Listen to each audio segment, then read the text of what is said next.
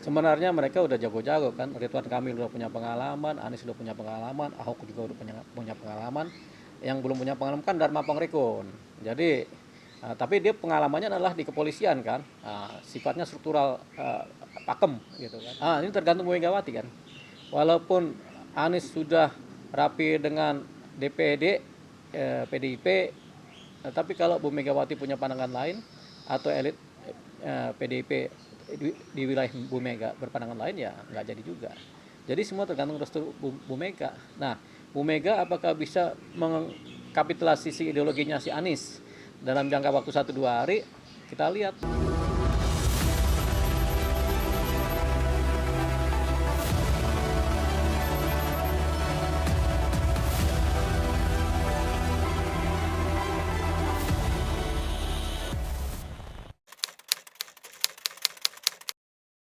Kalau di DKI kan nggak banyak orangnya, paling Ahok, Anies, Ridwan Kamil kan sudah begitu. Sudah mengajukan juga kan, sudah sah dia. Ada Dharma Pangrikun yang dari independen. Yang tinggal dari PDIP. PDIP kan punya posisi sendiri ini sekarang ini kan. Sendiri lawan banyak begitu. Nah, dia tinggal mengajukan siapa nih. Kalau Anies tiba-tiba diangkut oleh PDIP menjadi calon, tentunya ada perubahan-perubahan karakter juga. Karakter siapa yang berubah? Tentu karakternya Anies, yang tadinya dia adalah wilayah kanan, terlalu ke kanan, dia mulai ke tengah, karena harus ngikutin pola-pola moderasi dari PDIP kan. Nah, sekarang juga ada perubahan, yang fanatik ke wilayah PKS zaman kemarin kan kaget. Karena apa? Karena fanatiknya ke PKS, tentunya fanatiknya ke Anies. Ketika dengan Anies PKS bisa, Anies kan kemudian sendirian tapi loyalisnya masih banyak yang adalah fanatisme juga kan begitu kan. Ketika Anies masuk ke wilayah si PDIP, ini antara grupnya nasionalis sama grupnya kanan bersatu. Tapi Anies juga kan bukan orang grup kanan murni, karena Anies kan memang punya posisi yang strategis dia, karena namanya udah populer kan. Nah, jadi dia mudah saja ke wilayah tengah Anies ini, karena awalnya memang Anies ini dari orang tengah sebenarnya. Anies ini dari wilayah nasionalis sebenarnya. Nah, ketika dia masuk ke PDIP nggak terlalu bermasalah, karena waktu dia menjabat di DKI juga kan dia lebih banyak dominan di wilayah tengah, gitu. Cuman seringkali ketika kampanye dia masuk ke wilayah kanan. Makanya kemarin ketika dengan PKS pun lama dia mau coba memutuskan hal-hal yang baik dengan PKS. Akhirnya PKS kan ya sudah belok sendiri. Ketika belok, pikirnya Anies selesai begitu. Tapi kalau Anies tiba-tiba diajak oleh PDIP, ya timbul lagi. Tinggal bagaimana proses ideologi kembali terhadap Anies ini oleh PDIP. PDIP kan sudah pasti dia nasionalis, dia nggak mungkin ke kiri ke kanan dia. Tapi karena dia nasionalis, Anies nggak mau ngikutin ini pola ini, dia jadi nasionalis juga. Terus mana orang yang dulunya milih Anies?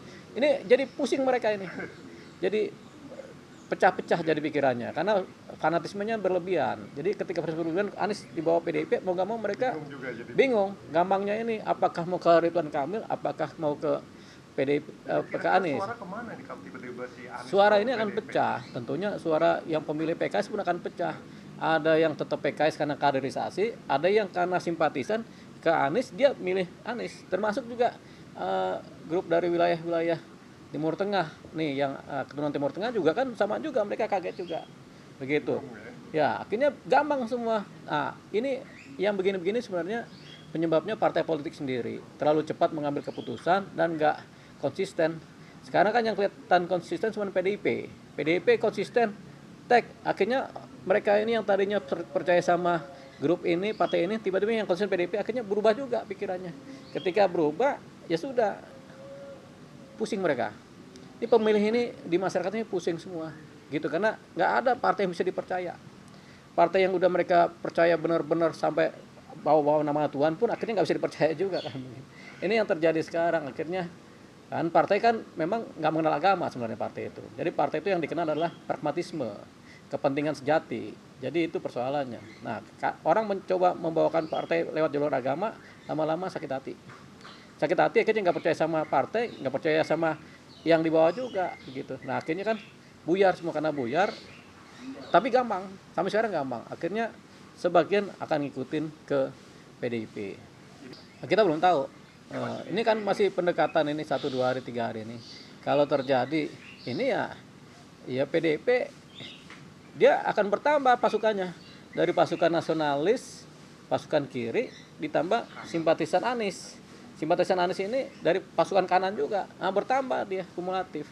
Kalau tahun kemarin waktu pemilihan Anies lawan Ahok itu 554 atau 58 lawan 40-an, ya mungkin begitu juga nanti Anies lawan si Ridwan Kamil.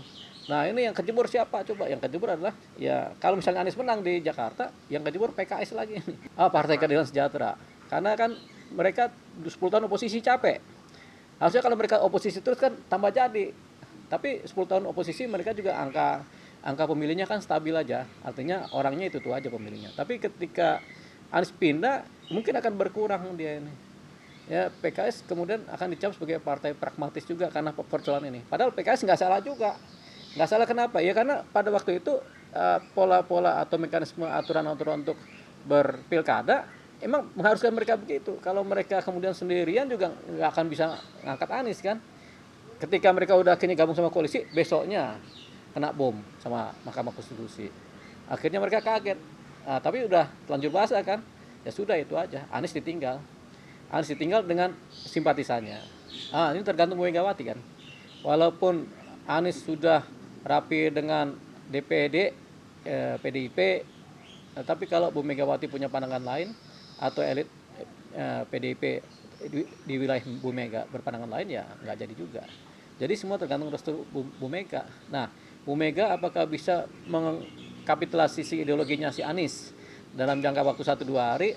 Kita lihat di hari Senin Selasa. Kalau bisa dan Anies setuju, Anies jadi partai merah kan. Karena Anies nggak bisa, ini mau nggak mau dia pakai jaket PDIP. Ketika kampanye kan pasti jaketnya PDIP. Karena sendirian kan. Begitu. Jadi Anies nggak bisa pakai jaket putih atau jaket kuning atau jaket warna biru atau jaket orange. Nggak bisa. Karena yang bawa dia cuma partai merah doang kan.